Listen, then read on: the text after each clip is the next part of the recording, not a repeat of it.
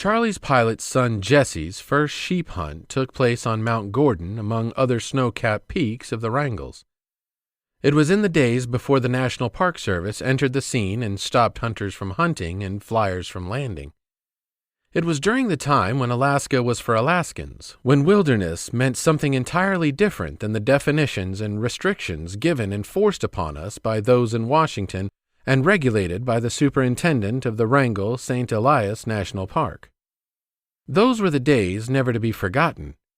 Days when Alaskans were in charge of Alaska, when government regulation was an invitation to enjoy the freedom of flight, fishing, and the farness of the real Alaska. Then came the keep out regulations and restrictions forced upon us by Big Brother and his park ranger bullies.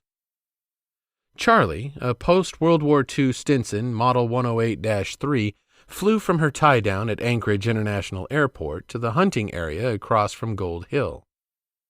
Circling low and carefully looking over the surface of Nebezna Glacier and finding a long flat area free of holes and cracks in the ice, Charlie's pilot pointed the plane's nose into the wind and landed uphill on the glacier's back.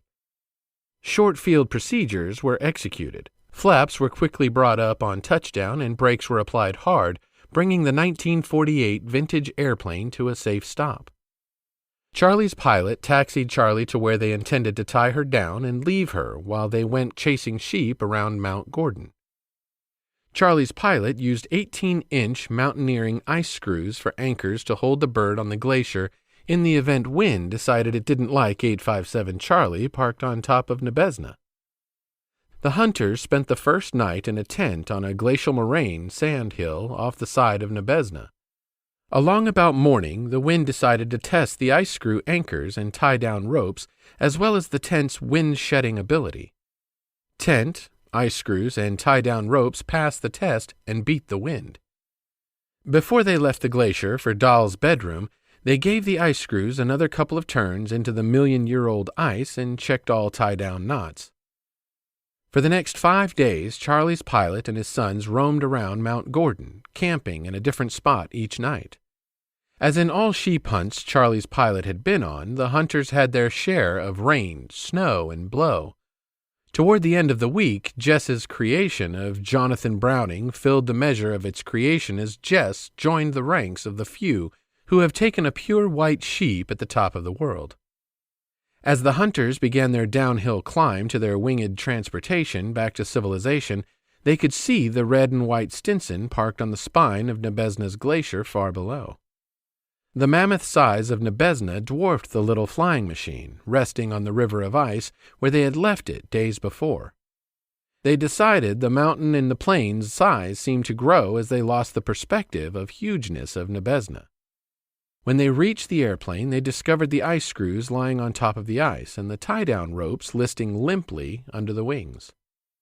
They had not counted on the glacier melting as fast as it did, more than 18 inches in just 6 days. Had the wicked wind returned before they did, the flying machine would have been nothing but a pile of twisted aluminum and airplane fabric in one of the crevasses down the glacier.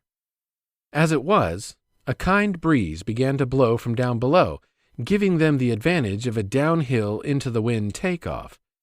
Clearing the glacier, Charlie climbed to altitude and in minutes traced the route the hunter had taken days to walk and climb. Little did they know, as they flew under the tops of Wrangell and Sanford, that this would be Charlie's last freedom flight in this area of Alaska's wilderness. With the passing of hunting and flying as they knew it, they also suffered the loss of even their individuality.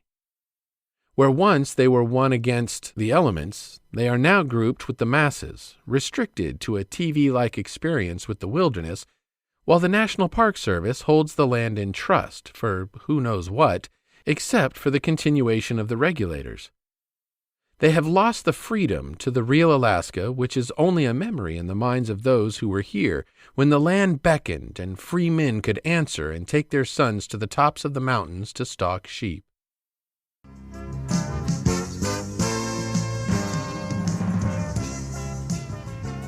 When you go outdoors, take a young person with you and teach them by your example what it means to be a sportsman. Behind the wheel or in the boat or on the road or in the lake, take the high trail. and practiced ethics of fair chase.